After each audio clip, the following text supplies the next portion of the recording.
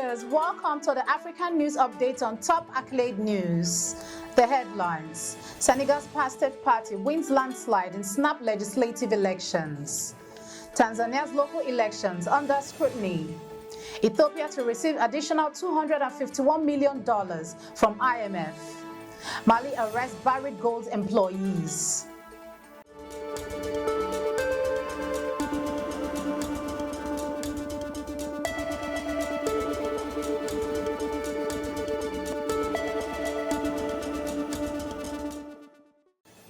In politics, Senegal's Pastef party wins landslide in snap legislative elections.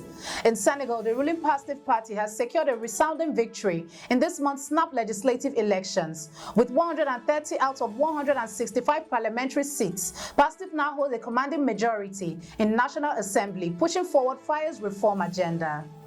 This election, held on November 17, saw low voter turnout, with just under 50% of registered voters casting their ballots. In a dramatic shift, the former ruling coalition, led by ex-President Macky Sall, won only 16 seats.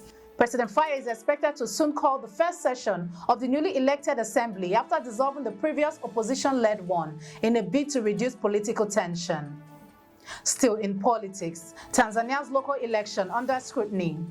Tanzanians have cast their votes in a local government election seen as a critical test for the country's democratic process ahead of next year's presidential race.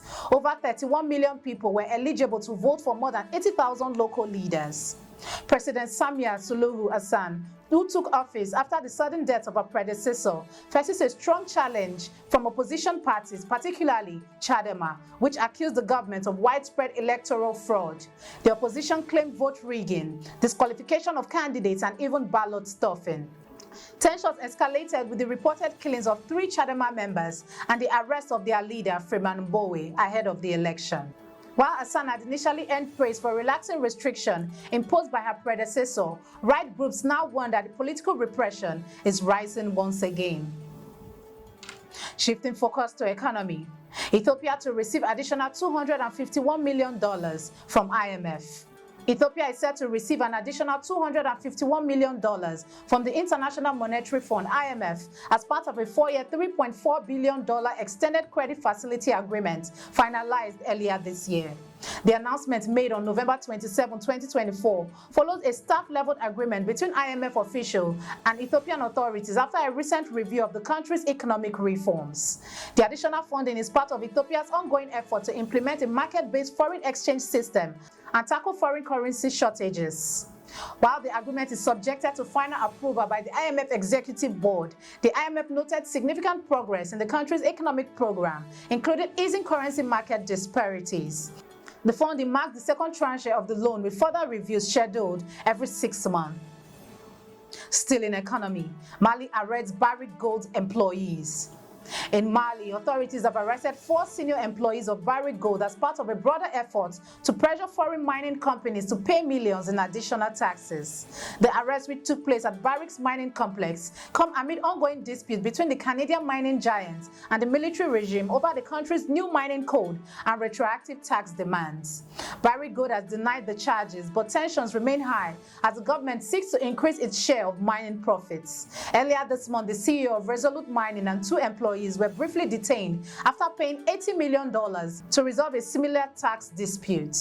The arrest highlights the growing challenges of foreign mining companies in Mali, one of Africa's largest gold producers, as the military government seeks to bolster its revenues. You are watching the African News Update on Top Accolade News. Do stay with us. Still to come.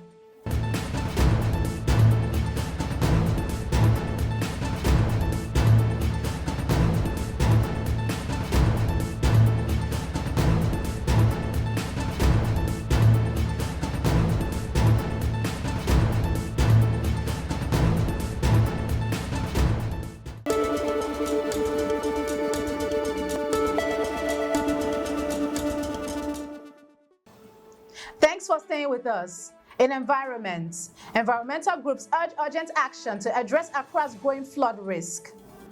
Environmental groups in Ghana are warning that Accra, the country's capital, is becoming increasingly vulnerable to severe flooding, with nearly 3 million residents living in high-risk zone. Overcrowding and poor urban planning have exacerbated the issue, with tens of thousands of people forced into flood-prone areas. Frequent and intense rainstorms driven by climate change have made the situation worse. Local authorities have implemented temporary solutions like dredging drains, but experts stress that the complete overhaul of the city's infrastructure is necessary. Poor drainage system, overcrowded slum, and rising sea levels are amplifying the threats, leaving residents to face the devastating consequences of flooding and its associated health risk. Moving to security, over 1,000 arrested in Interpol's operation targeting cybercrime across Africa. Interpol, in collaboration with AFRIPOL, have arrested over 1,000 individuals suspected of cybercrimes in 19 African countries. The two-month operation, which ran from September to October, focused on cybercriminals engaged in ransomware, digital extortion, phishing scams, and business email compromise. More than 35,000 victims were identified, with financial losses linked to these crimes amounting to nearly $193 million globally.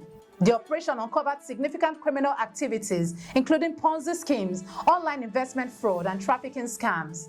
Kenyan, Senegalese, Nigerian, and Cameroon authorities made major breakthroughs, arresting dozens involved in multi-million-dollar schemes. The operation underscores the growing global threat of cybercrimes and highlights the critical need for international cooperation and intelligence sharing to combat these increasingly sophisticated attacks. Moving to entertainment, Lesotho bans FAMO music groups.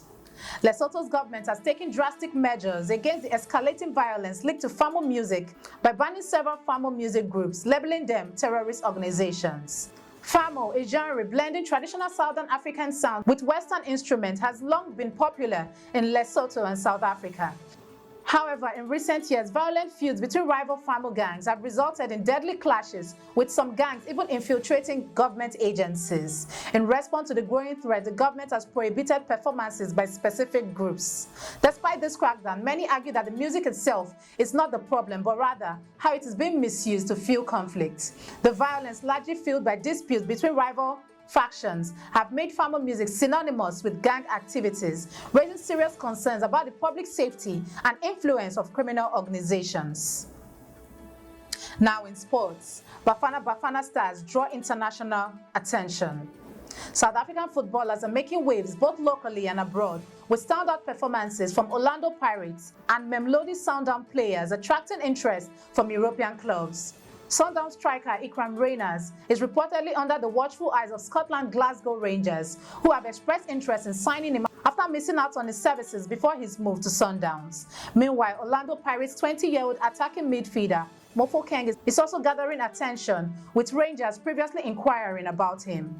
Mofokeng has been in stellar form this season, playing a pivotal role in Pirates' continental success. As both players continue to impress on the field, their international profiles are rising, signaling potential big moves in the future. That concludes our African news updates for today. Stay tuned for more African news and development.